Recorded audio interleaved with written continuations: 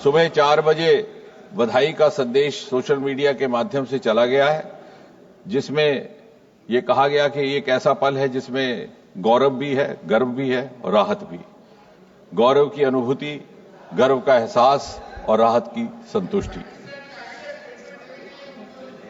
और having said that, माननीय सदस्य ने बड़ा ही एक महत्वपूर्ण प्रश्न रखा है।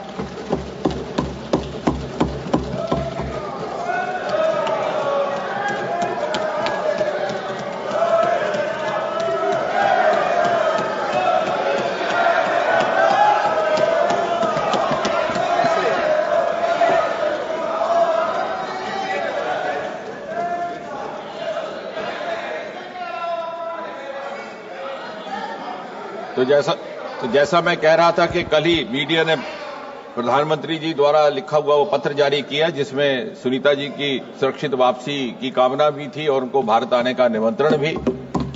और आज जब उनका सुबह 3:27 पर लौटना हुआ है तो हम सब के लिए वो गर्व का पल भी था, गौरव का भी और राहत का भी। हैविंग सेड दैट, माननीय सदस्य ने एक बड़ा ही महत्वपूर्ण प्रश्न किया है, जो कि भारत के आने वाले समय के अंतरिक्ष की मिशंस के साथ भी संबंधित है और उसकी जानकारी साझा करना हम सब के लिए महत्वपूर्ण भी है।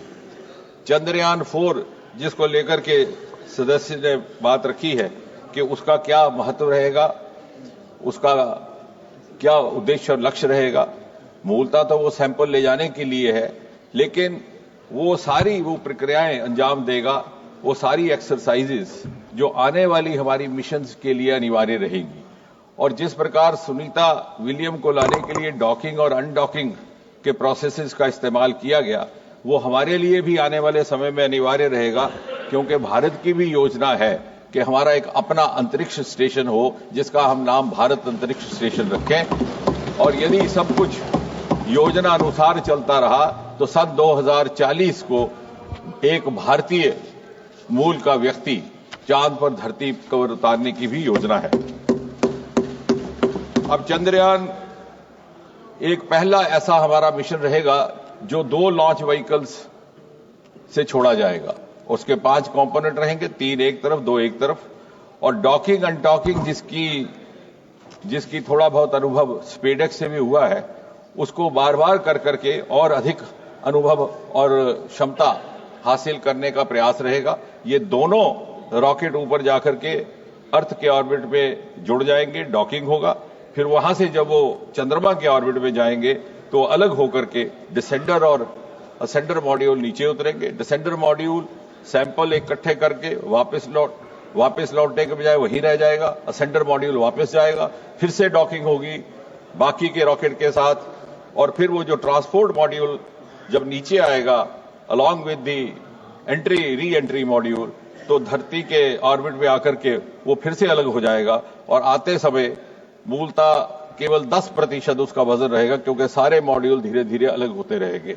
तो ये रिपीटेड डॉकिंग अनडॉकिंग की प्रैक्टिस भी रहेगी, जिससे हमें अपनी क्षमताओं का भी आत्मविश्वास आएगा, कॉन्फिडेंस आएगा।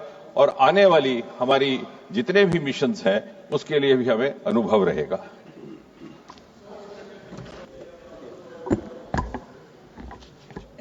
चंद्रयान के अनुभव से हम बाकी मिशंस में भी उसका उपयोग होगा, लेकिन now India is almost in and tandem with the other Nations. ऐसा समय नहीं रहा कि हम किसी देश से पीछे हैं। कई बार हमारे ध्यान से निकल जाता है कि इसरो की स्थापना सन 1969 में हुई थी। ये वो वर्ष है जब इतिहास में याद किया जाता है कि पहला मानव उतरा था चांद की धरती पर, नील आर्मस्ट्रांग। लेकिन आज हम साउथ पोल पर पहुंचने वाले पहले हैं। हमारे बहुत से ऐसे सैंपल्स और बहुत सारी इनपुट्स हैं जिनको दूसरी एजेंसीज बड़ी उत्सुकता से जिसकी प्रतीक्षा करते हैं। माननीय सदस्य ने पिछले प्रश्न में गगनयान के विषय में भी पूछा था, उसके लिए भी हमारी लगभग तैयारी हो चुकी है। हमारी आखिरी टेस्ट फ्लाइट जिसको हम कह सकते हैं एक प्रकार का ड्रेस रिहर्सल रहेगा, इस साल के खत्म होते होते होगी, जिसका नाम वयो मित्र रखा गया। वो एक रोबो रहेगी, फीमेल रोबो। वो सारे वो काम अंजाम देंगी, वहां पर सुरक्षित तौर पर जाना अंतरिक्ष में और वापस लौटना, क्योंकि लौटना भी उतना ही महत्वपूर्ण है और उतनी जिम्मेवारी का काम है जितना उनको लॉन्च करना। वो सब जब प्रक्रियाएं संतोषजनक ढंग से पूरी हो जाएंगी तो हमारा गगनयान रह जाएगा। उसके अतिरिक्त आने वाले समय में अगले ही वर्ष 2027 में चंद्रयान 4 जिसके साथ संबंधित हमारा ये प्रश्न रहा, मूल प्रश्न 2028 में हमारा वीनस, 2035 में यदि if we are able to move as per our schedule तो भारत अंतरिक्ष स्टेशन, और 2040 में भारतीय मूल का एक व्यक्ति चांद की धरती पर उतरेगा। Question number 262.